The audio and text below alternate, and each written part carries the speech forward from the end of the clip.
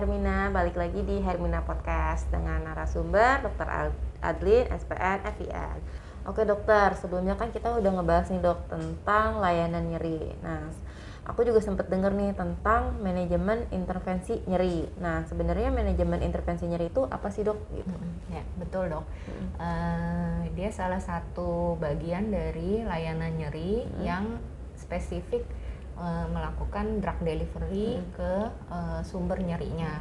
Kita ambil contoh misalnya kasus nyeri pinggang, karena struktur di area pinggang itu terdiri dari otot, kemudian ada tulang, kemudian ada bantalan tulang belakang, kemudian ada sarafnya, kemudian ada struktur jaringan lunak seperti tendon atau ligamen. Jadi kita lebih spesifik pada manajemen intervensi nyeri ini, kita lakukan intervensi di struktur-struktur tersebut. Jadi harapannya dok, dia bekerja spesifik di sumber nyeri tersebut dan mengurangi komplikasi ke seluruh tubuh kita. Misalnya mengurangi konsumsi obat-obatan anti nyeri. Kemudian diharapkan juga dia akan memutus persepsi nyeri dari sistem saraf tepi ke otak kita. Kan kita ketahui nyeri itu punya aspek biopsikososial juga, sehingga kalau persepsi nyerinya diputus, kita harapkan gangguan mood, gangguan tidur, kemudian gangguan psikologis yang lain-lain tadi dokter sebutkan itu bisa kita cegah. Oke sahabat Hermina, tadi sudah jelasin kan tentang manajemen intervensi nyeri. Nah dokter, aku mau nanya lagi nih dokter, banyak nanya ya dokter ya. Sebenarnya cakupan dari manajemen intervensi nyeri ini apa ini dok? Ya betul dok, dia luas sekali, bisa bersifat diagnostik, bisa juga terapeutik. Untuk diagnostik, contoh sederhananya kita lakukan penyedotan di cairan lutut, kemudian kan sampelnya kita kirim ke lab, kita bisa tahu penyebab nyeri lututnya itu dari mana, apakah infeksi, apakah artritis karena degeneratif, karena nanti mempengaruhi pengobatannya.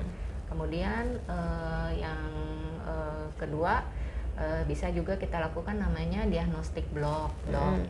Jadi untuk kasus nyeri yang kita curigai karena penjepitan saraf, kita lakukan dulu penyuntikan di saraf tersebut dengan bantuan guiding dari alat USG, ultrasound, sehingga lebih presisi, lebih tepat, kita bisa melihat ujung jarumnya di mana. Kemudian sesudah diagnostik blok itu kita harapkan tentunya nyerinya berkurang, betul ya.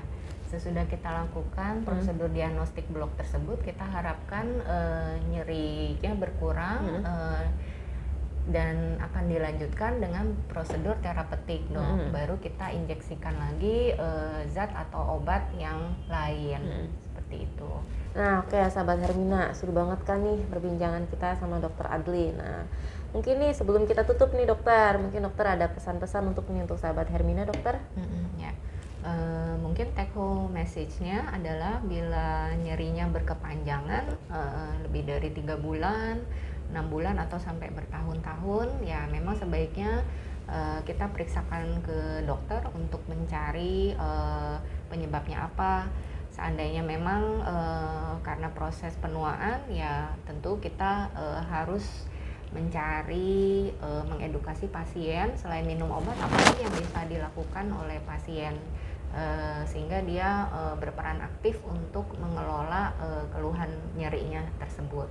Oke sahabat Hermina, seru banget nih perbincangan kita seputar nyeri dengan Dr. Adlin. Oke dokter, terima kasih banyak atas waktunya. Sama-sama, udah mau mampir di Hermina Podcast. Oke. Mungkin untuk sahabat Hermina juga nih yang mau konsultasi dengan Dr. Adlin, bisa lihat jadwalnya di sebelah sini. Oke dokter. Sip. Oke dokter, terima kasih ya dokter. Ya, Untuk sahabat Hermina, tetap ikutin Hermina Podcast selanjutnya. Oke, salam bebas nyeri. Salam bebas nyeri.